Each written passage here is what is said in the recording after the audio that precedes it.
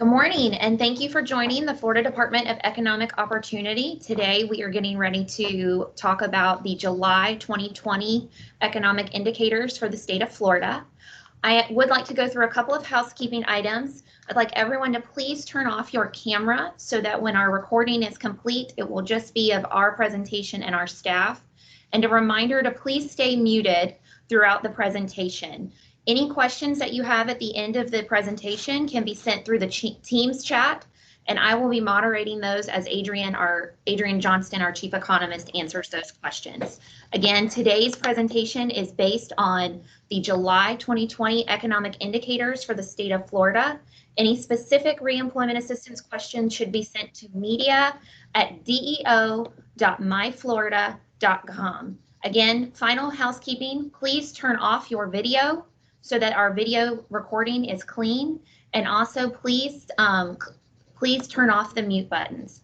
Now we will hand it over to Adrian Johnston, our chief economist. Hi, good morning. At 10 a.m. this morning, the Florida Department of Economic Opportunity released July 2020 labor statistics for the state of Florida and its sub-state areas, including all metropolitan areas, counties, and large cities. These data were produced by the Bureau of Workforce Statistics and Economic Research through a federal-state cooperative agreement with the U.S. Bureau of Labor Statistics. They were collected through a combination of employer and household surveys, administrative records, and statistical modeling techniques.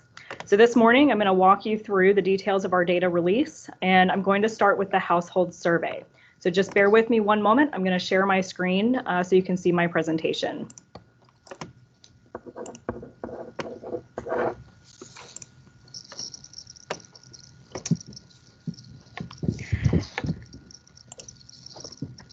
So the current population survey is used to estimate Florida's unemployment rate, total labor force, and labor force participation rate under the local area unemployment statistics program.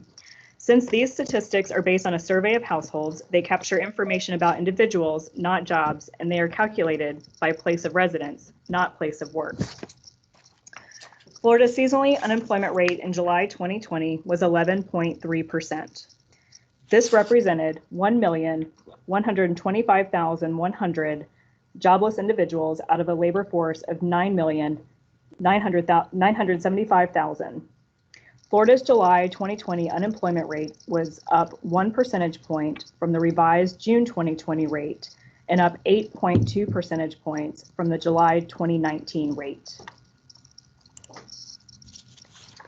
Florida's unemployment rate was 1.1 percentage points higher than the national rate of 10.2%. Florida's labor force grew to 9,975,000 in July 2020, and this was due to both increases in employment and unemployment.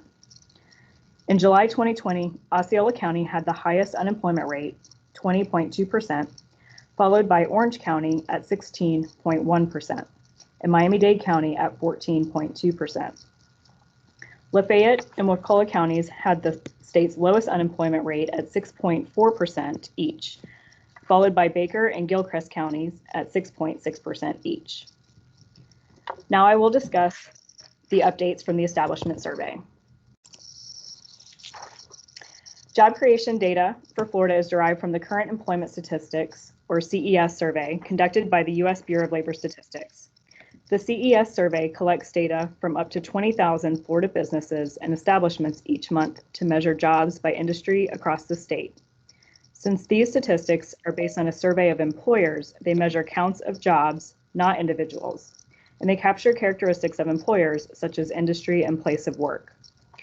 The total non-agricultural employment grew to 8,465,700 jobs in July 2020.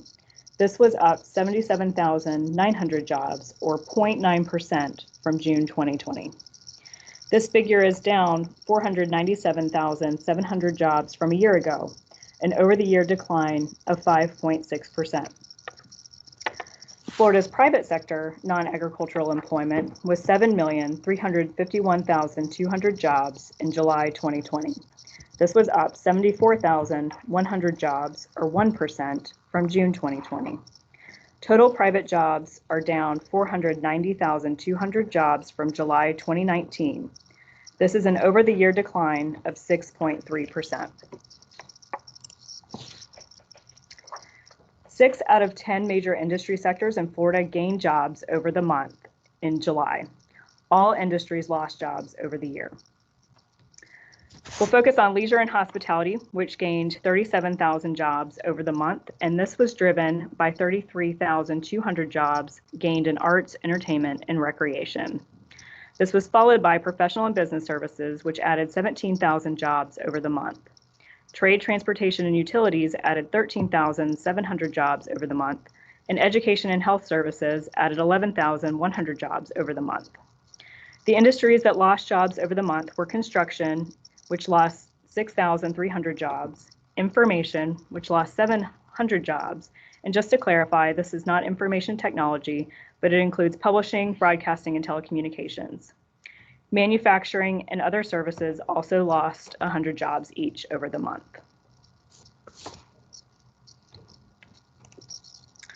The July 2020 seasonally adjusted local area data showed that 11 out of 24 metro areas in Florida had over the month job gains. The Orlando, Kissimmee, Sanford area gained the most jobs with 69,300 and grew at the fastest rate of 6.1%. Other metro areas gaining jobs over the month were Tampa, St. Petersburg, Clearwater with 7,800 jobs, and Jacksonville with 3,300 jobs. So that concludes my update this morning for the July 2020 labor statistics. I did want to also share with you some information about our new labor market and economic data platform called Florida Insight. Our new platform was released today, and you can access it at floridajobs.org/economic-data. So I'm going to walk through just a few key highlights from the site so that you can see what's included and how to navigate to find information about either statewide or local labor market and economic data. So this is the main page that you see now. At the top, you'll notice that we have some key highlights on our economic statistics. So our team is currently working on updating this to reflect the July labor statistics that we released this morning. At the bottom, you'll notice that you can access several different links to different data statistical programs. So I'm going to walk through each of those just to give you a flavor of what is offered in each of those sections. So I'll start with the current employment statistics section. So this is the main page for that survey data set. Just for reference, when we talked about jobs data, job creation data this morning, this is the same area you would go to get that information. And you can see it's organized by visualizations and a data search tool. So I'm going to start with a visualization and just show you what a metropolitan area comparison looks like. So on this page, you can see average hourly earnings by metro area. You can see what that looks like over time, both in snapshots, and then we have a time series as well. So you can actually compare Florida to the United States, or you can compare metro areas within the state. So this is just one example of the type of visualization tools that are available in Florida Insight. We also have a data search feature. If you are interested in monthly employment data, you can select employment data search at the bottom, and it will take you to a screen that allows you to filter and sort data in order to see the parameters that you're most interested in. So through this, you can actually download data to an Excel format to allow you to do your own analysis. So we also have our local area unemployment statistics section, and for reference, this is where the unemployment and labor force data are presented. So if you select this area, you similarly have visualizations that allow you to compare local areas to the state or to each other. So this is an example of what it looks like to compare Miami, Tampa, and Florida for the unemployment rate, non-seasonally adjusted, looking at labor force changes by year, and specifically what employment and unemployment changes look like for each area. And again, you can select different areas, you can filter for time periods, and customize the features that you're most interested in. We also have our quarterly census of employment and wages section. This data is the most robust data we have related to employment by industry and county. So while it's only provided quarterly, it is a very rich, detailed data set that provides a wealth of information on employment and wages at a local area and by very detailed industry sectors. So looking at one of the visualizations here, you can see, again, we can compare metro areas to each other. We can look at employment and wage data for each metro area.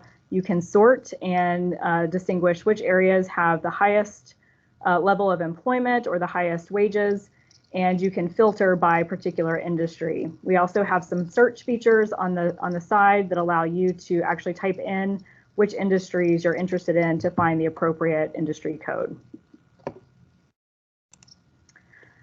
We also have occupational employment statistics. This is an annual data set that is produced based on a survey that we conduct at DEO. And this particular data set provides employment and wage data by occupation as opposed to industry. With this data set, we can actually compare hourly wages for particular occupations and break it down into different percentiles, which gives you a sense of entry-level wages versus experience-level wages.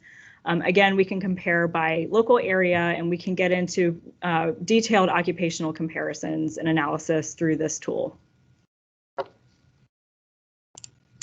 And finally, we have our employment projections data series. Our employment projections are done for occupations and industries. We produce them annually, and they are 8-year projections to give us a sense of long-term demand for employment in our economy.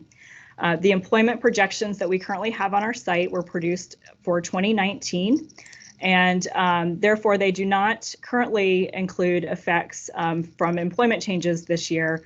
However, when we produce our 2020 estimates, we will include some adjustments for the effects of the first 2 quarters of 2020. So with this, we get a sense of which industries are the fastest growing or which industries are adding the most new jobs within our state. And this is critical for understanding where our employment needs are going to be in the future as we evaluate training and educational needs. So that concludes my presentation. I'm happy to answer any questions that you may have. Thank you, Adrienne. Any credentialed members of the press that would like to submit a question based on today's monthly economic update for the July 2020 numbers, or any questions about Florida Insight, please submit those through the meeting chat now and we will start responding. Great. Thank you, Bob. Are there any signs of a second wave of unemployment claims coming? That's a great question. So we track unemployment insurance claims by week, and what we have seen recently in the past, I'd say, month, is that we're actually seeing a decline overall in initial claims and continued claims. So based on that, I don't have any evidence of an additional wave. Of course, that is always going to be subject to changes in our economy and changes in mitigation efforts across the state. Thank you. Laura Castles from Florida Phoenix asked, when will the forecast be updated to include COVID-19? So we're actually basically funded by the federal government to produce our employment projections every year. Our projections have been completed for 2020. We are looking at the data we have available in order to make the adjustments we can. So we plan to release the data later in the fall. It will have the information we can include based on Q1 and Q2. However, full effects from this year from COVID will not be implemented until next year with those projections. So we'll implement what we can based on data available, and then next year you'll see the full impacts. Thank you, Adrienne. Peter Pingataro asked, do you produce the workforce participation rate by county, and if so, how often? That's a great question. We don't publish it, but that's something that we could calculate. So we do have the population figures and the labor force figures, so that would be a relatively simple calculation to do. If that's something you're particularly interested in for a county, just submit a request to me and I'll be happy to get that to you. Those requests can be sent to media@deo.myflorida.com. Carolyn Glenn asked, what do you think is accounting for the slight uptick in statewide employment? And in Orlando, did the July reopening of Disney contribute to the slight dip? So we saw, of course, in April, the kind of the peak of business closures across the state. And since then, we have continued to see businesses reopening. And I think we saw that continued trend in July. Theme parks did open right during the reference week in July. So that certainly had an impact in the Central Florida area. But I think what you're seeing is an overall trend of businesses continuing to open across the board, across most sectors. Thank you. Paul Ivas, the number of Floridians employed in July is about 1.2 million less than July 2019, but only about 2/3 of those show up as unemployed. What happened to the other third? So that's a great question. So there's three factors there that we look at, or two factors that really make up the labor force number. So we count those who are participating in the labor force are counted if they are either employed or unemployed and looking for work. So there may be individuals who are no longer employed for a variety of reasons, and they're answering the survey that they are no longer looking for work. And if that's the case, then they are not considered unemployed or part of the labor force. So those individuals, they may be not participating in the labor force because they're retired.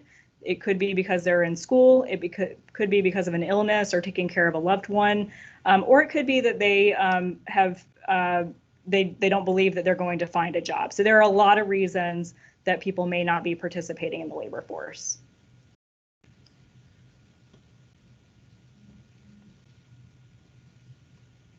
Jake Stoffen, the state has paid out 14 billion. Eligible claims will have been submitted today, and soon the state will see its 3 millionth claim. Are the record numbers? Can you talk about how unprecedented these figures are? So to see this number of claims at a particular time in this short period of time is certainly unprecedented, both within the state of Florida and across the country, and really across the world. We've never seen this kind of this is unprecedented level of joblessness. And so, yes, this is something new. Even when you go back and look during the last recession, we had a significant number of claims. It was at that time unprecedented, but it was over a much longer period of time. So to answer the question, this is certainly the largest number of claims we've seen in this short period of time.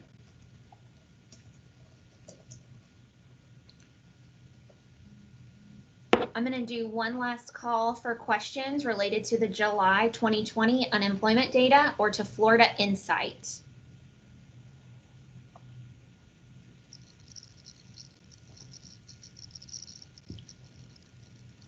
Thank you everyone for participating in today's call. I hope that you are able, I'm sorry, we've got one more. Laura, we do not have August projections, so that data will be available on September, the third Friday in September. I don't know that date off the top of my head, I apologize, but the August 2020 unemployment data will be available the third Friday in September. Paul Ivas asked one last question. I am familiar with the reasons in normal circumstances that people do not participate in the labor force, but do you have any specific information about why such a large number dropped out of the labor force? So at the state level, we do not receive a lot of detailed information about reasons people are not participating in the labor force. So the current population survey does collect relatively detailed information. Unfortunately, at the state and local level, that is not something that we have enough sample to produce statistics on. So to get those specific reasons, we can look at national numbers. I'd be happy to go back and do some research and see what those look like, but we do not have those specific details for the state of Florida. Caroline Glenn asked, the report showed about 77,000 jobs gained since last month, but statewide unemployment rose slightly. Can you explain this a bit more? Absolutely. So there are two different data sets that produce these statistics, and so they have some slight variations in their definitions. So as we talked about with the household survey, we're focused on people. So those are people who are either employed or unemployed. And it also includes people who are self-employed. So that's a key difference between the two different survey data sets. So there you might have individuals who are counted as unemployed who were self-employed.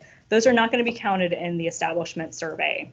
So when you think about the establishment survey where we see the increase in jobs, that's based on payrolls of businesses. And so what we're seeing there is businesses are adding back to their payrolls. They're opening up, they're adding jobs back, which is creating employment opportunities for individuals. But they're not the exact same concept. So it's not uncommon for us to see slightly different trends between those two surveys. But what we also saw with the household survey is employment increased as well. So while unemployment increased, we saw employment increase at the same time. So that shows you that employment increased on the household side to meet those business needs. We may have had people coming back into the labor force and not immediately have a job, and that could be why unemployment also increased. So a couple of different definitional differences between those two. Cindy Stevenson asked, any idea why we are seeing a drop in construction labor? That's a great question. We were actually looking at that this morning. So we looked at the survey results, and essentially this is how businesses responded to the survey. We've looked back at history, and it's not terribly uncommon to see a decline in construction employment during the month of July.